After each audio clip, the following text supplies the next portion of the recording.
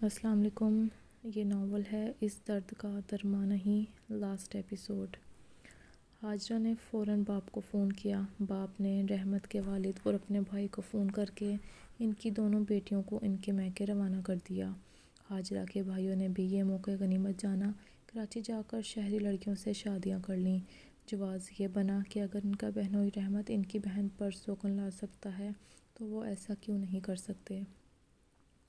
رحمت کے والد نے اپنی بیٹیوں کو اسی وقت 2 بار یہ کہہ کر اپنے بھائی کے گھر بھیج دیا کہ اگر شوہر انہیں اپنے پاس نہیں رکھتے تو کوئی بات نہیں، لیکن یہ سسر کے گھر ہی رہیں گی، کیونکہ رحمت نے ابھی تک حاجرہ کو اپنے گھر رکھا ہوا ہے۔ باپ کے استفسار پر رحمت نے بتا دیا کہ امریکہ میں 2 شادیاں کرنا قانوناً جرم ہے، مگر بغیر شادی کے مرد عورت ساتھ رہ سکتے ہیں۔ وہ عورت یا اس کے بچے زمین کے حقدار نہیں ہیں۔ وہ اپنی زمین کی فکر نہ کرنا، اس بات کی بھی فکر نہ کرے کہ اس کی بہنوں کو طلاق ہو جائے گی، کیونکہ اس نے حاجرہ کو طلاق نہیں دی۔ حاجرہ کے بھائیوں نے باپ کے کہنے پر حاجرہ کے رونے کے باوجود اس معاملے میں زیادہ دلچسپی نہیں لی۔ وہ اپنی نئی نویلی بیویوں کے ساتھ بہت خوش تھے۔ جب سے حاجرہ کو شوہر کی گرل فرینڈ کا پتہ چلا تھا، رحمت نے کھلے عام رات کو بھی اپنی اس گرل فرینڈ اور اس کے بچوں کے ساتھ رہنا شروع کر دیا تھا۔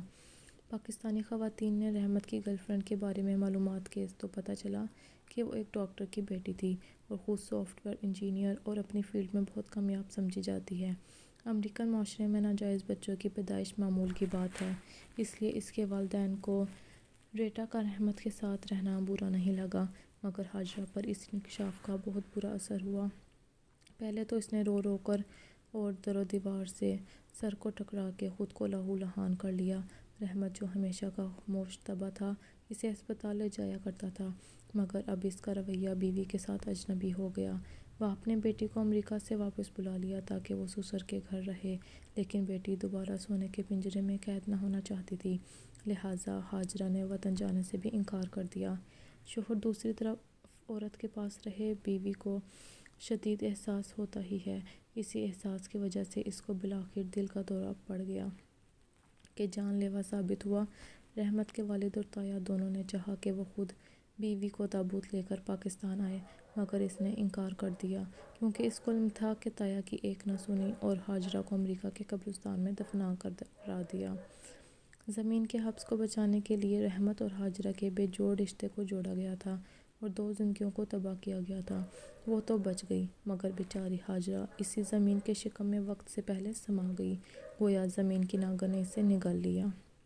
اس کا ابھی 40واں بھی نہیں ہوا تھا کہ رحمت کو فون پر اس کے باپ نے بتایا کہ اس کی چھوٹی بہن شمع کو دورے پڑتے تھے، ختم ہو گئی ہے، خدا جانے اسے مارا گیا کہ طبع موت مر گئی۔ مگر زمین وہ ناگن ہے کہ جس کو بچانے کے لیے انسانی زندگیاں بھیٹ چڑھائی جاتی ہیں، بالکل اسی طرح جیسے ملکوں کو وسیع کرانے کی خاطر انسانوں کی بھیٹ چڑھایا جاتا ہے، اور شاید تک تا قیامت ایسا ہوتا رہے۔ حالانکہ زمین اور یہ دنیا کسی کی نہیں، یہ اللہ تعالیٰ کی اپنی جاگیر ہے اور اسی کی رہے گی۔ انسان تو یہاں محض عارضی قیام کے لیے آتے ہیں، اپنی لکھی ہوئی عمر گزارتے ہیں اور پھر اپنے خالق کے پاس چلے جاتے ہیں، اور زمین جہاں سے وہیں رہ جاتی ہے۔